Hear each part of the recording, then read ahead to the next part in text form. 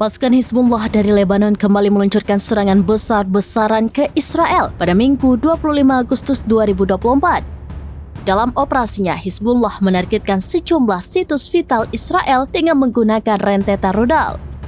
Dilansir dari Al-Mayadin, hal itu telah dikonfirmasi langsung oleh pasukan Hizbullah. Hizbullah mengklaim serangannya itu tepat sasaran dan mengenai markas Zionis serta instalasi sistem pertahanan udara Iron Dome di wilayah utara. Dalam laporannya, Hizbullah juga mengatakan bahwa serangan tersebut sebagai respon awal atas pembunuhan terhadap Panglima Fuad Shukr pada Minggu dini hari, yakni tepat saat peringatan Arba'in Imam Hussein. Hizbullah juga menekankan bahwa serangannya ini akan terus berlanjut dalam beberapa waktu ke depan. Selain itu, Hizbullah juga mengaku akan siaga setiap saat untuk menghadapi pasukan pertahanan Israel atau IDF.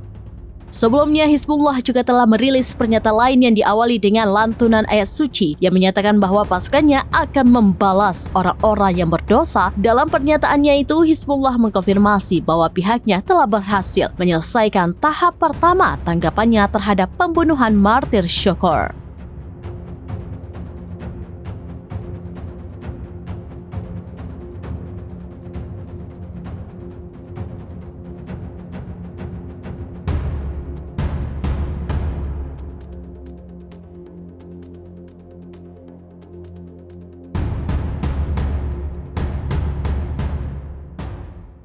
Download Tribun X sekarang, menghadirkan lokal menjadi Indonesia.